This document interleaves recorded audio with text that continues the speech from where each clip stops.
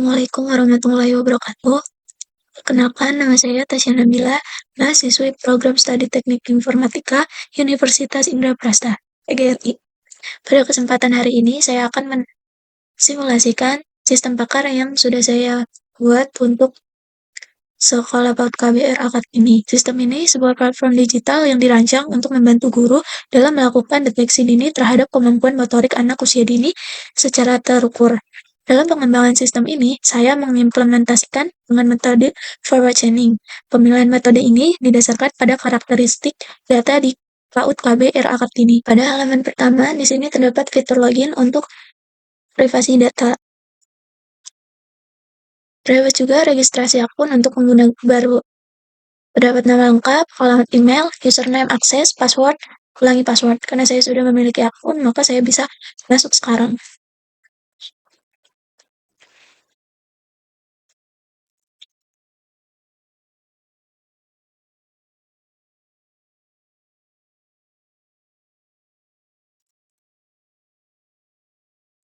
Saat pertama kali login, pengguna akan disambut oleh dashboard utama.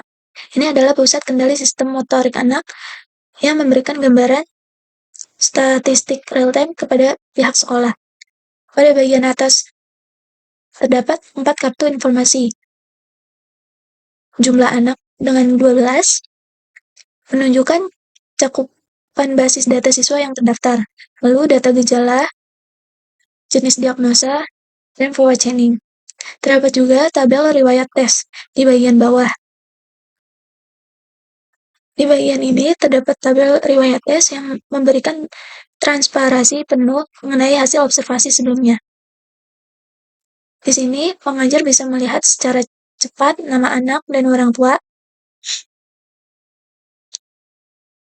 hasil diagnosa, seperti berkembang atau berkembang sangat baik, kode aturan, dan aksi lihat detail, memberikan akses bagi pengajar untuk meninjau kembali hasil observasi spesifik jika diperlukan untuk diskusi lebih lanjut dengan orang tua siswa. Selanjutnya, mari kita masuk ke menu data anak. Di halaman ini terdapat 2 bagian utama. From tambah data anak, ini adalah antarmuka untuk memasukkan data siswa baru ke dalam sistem. Kita menyediakan kolom yang komprehensif, mulai dari nama lengkap, jenis kelamin, tanggal lahir, nama orang tua atau wali, dan alamat tinggal. Biasanya saya akan mencoba untuk menambahkan data anak.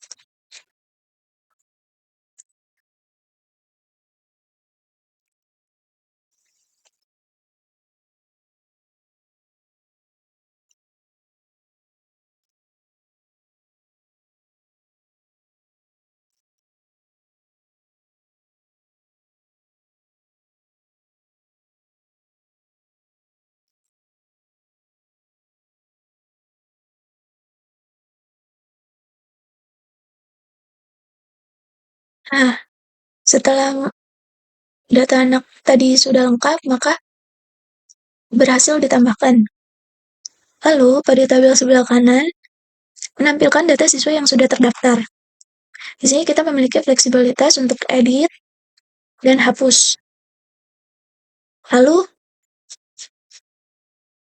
terdapat juga cetak laporan. Fitur ini sangat krusial bagi pihak sekolah karena memungkinkan pengajar untuk mencetak rekapitulasi data siswa langsung dari sistem untuk keperluan arsip fisik maupun pelaporan ke kepala sekolah. Selanjutnya ada menu data gejala. Ini merupakan komponen krusial dalam sistem pakar saya, di mana kita mendefinisikan parameter-parameter kemampuan motorik anak yang akan diobservasi. Input gejala baru di kolom sebelah kiri, kita dapat menambahkan indikator perkembangan motorik baru dengan memberikan kode gejala dan deskripsi gejala. Sehingga saya akan mencoba untuk menambahkan deskripsi gejala baru.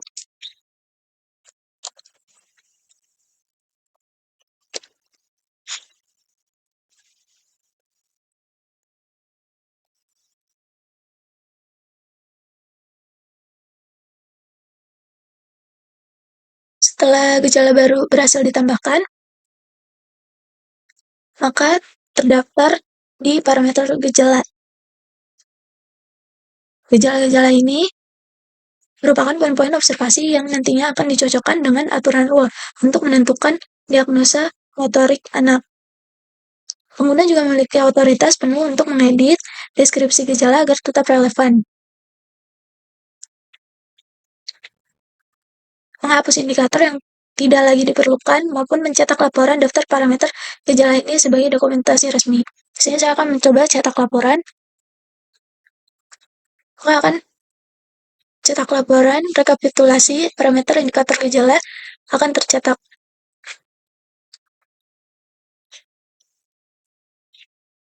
Selanjutnya, pada data diagnosa, di sini kita mendefinisikan output atau kesimpulan dari proses inferensi sistem. Klasifikasi hasil sistem ini mengkategorikan perkembangan motorik anak ke dalam beberapa level yang terukur, seperti berkembang sangat baik, berkembang sesuai harapan, hingga memerlukan pendampingan khusus. Pengguna dapat menambahkan kategori baru melalui form di sebelah kiri dengan menentukan kode diagnosa dan nama hasil klasifikasi. Daftar kategori yang sudah ada di tampilan di sebelah kanan untuk memudahkan pengelolaan. Di sini saya akan mencoba untuk memasukkan klasifikasi baru.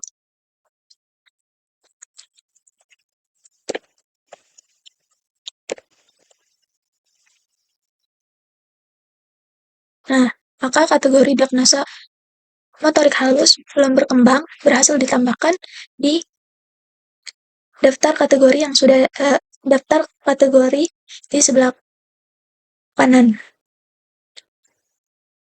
Fungsinya kategori-kategori inilah yang menjadi tujuan akhir dari mesin inferensi forward chaining. Setelah gejala-gejala yang diinput akan dicocokkan dengan basis aturan, sistem akan menyimpulkan anak tersebut masuk ke dalam kategori klasifikasi yang mana.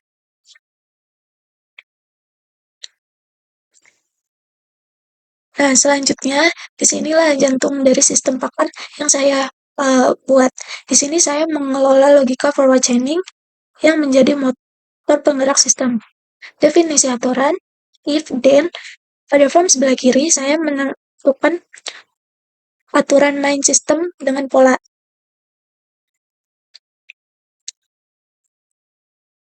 Di sini, admin atau guru pengguna dapat mengkelompokkan gejala yang telah ditentukan.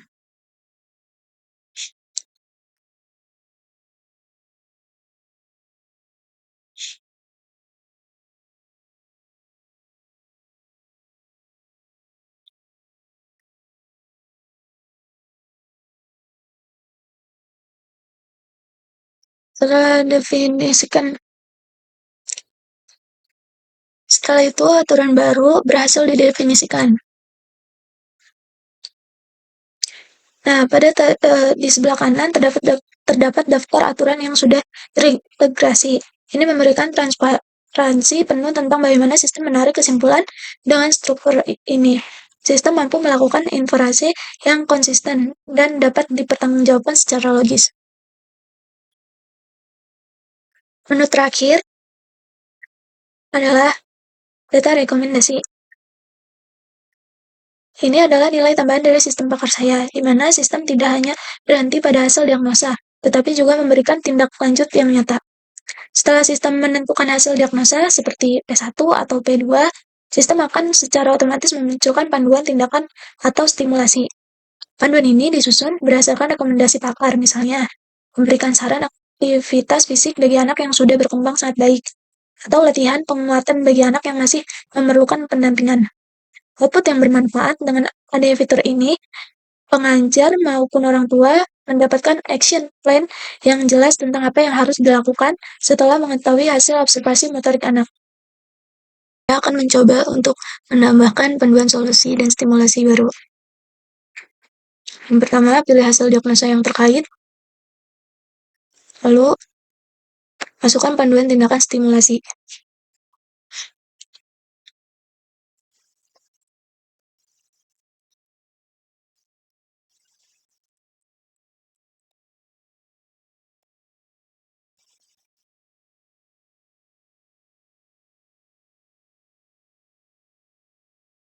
Setelah disimpan, maka Panduan stimulasi motorik anak berhasil disimpan dan terdapat pada di bagian sebelah kanan. Akan bertambah. Saya juga ada aksi untuk edit dan hapus. Jadi saya akan mencoba untuk edit.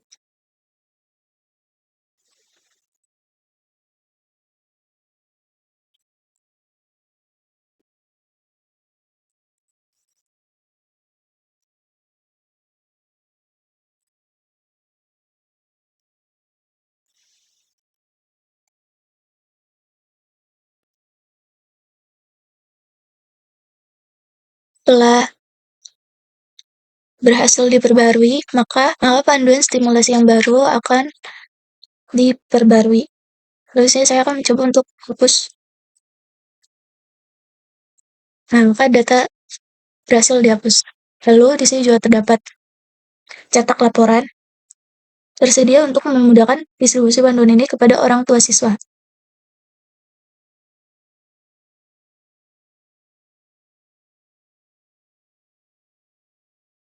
Selanjutnya, bagian konsultasi. Tahapan awal konsultasi dimulai dengan identitas anak.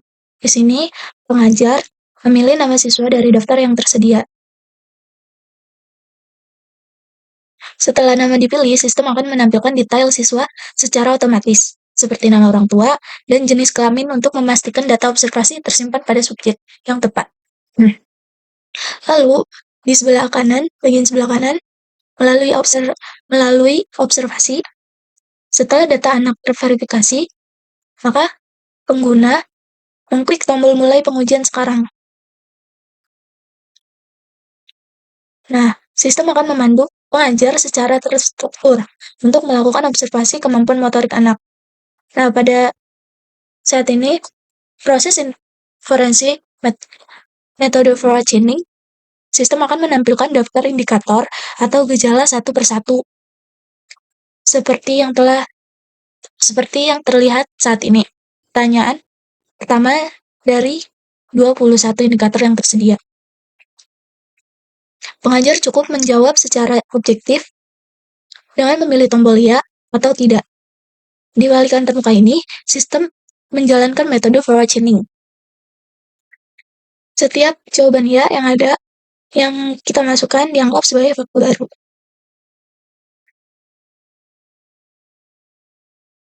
Nah, kemudian hasil akhirnya, setelah seluruh indikator terjawab, sistem akan memproses data tersebut untuk memberikan hasil diagnosa perkembangan motorik anak beserta rekomendasi penanganan atau stimulasi yang sesuai bagi perkembangan anak tersebut. Di sini dapat terlihat bahwasanya si Yasmin ini belum berkembang. Nah, terdapat panduan stimulasi rekomendasi. Saran stimulasi dari pakar yaitu anak masih mengalami kesulitan pada beberapa kemampuan motorik dasar. Stimulasi difokuskan pada latihan berjalan, menjaga keseimbangan, koordinasi gerak sederhana, menggenggam alat tulis, menyusun balok besar, serta aktivitas menempel dan melipat kertas dengan pendampingan intensif dari guru dan orang tua. Di sini juga terdapat daftar gejala teramati pada anak. Dan terdapat juga cetak laporan untuk mempermudah guru kontribusi kepada orang tua.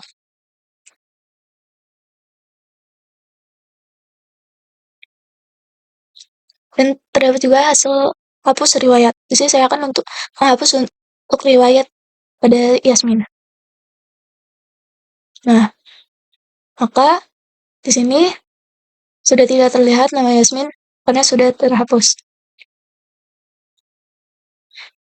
Demikian simulasi sistem pakar motorik anak yang telah saya buat untuk membantu proses deteksi dini kemampuan motorik anak di PAUD KBRA Kartini. Kurang lebihnya mohon maaf. Wassalamualaikum warahmatullahi wabarakatuh.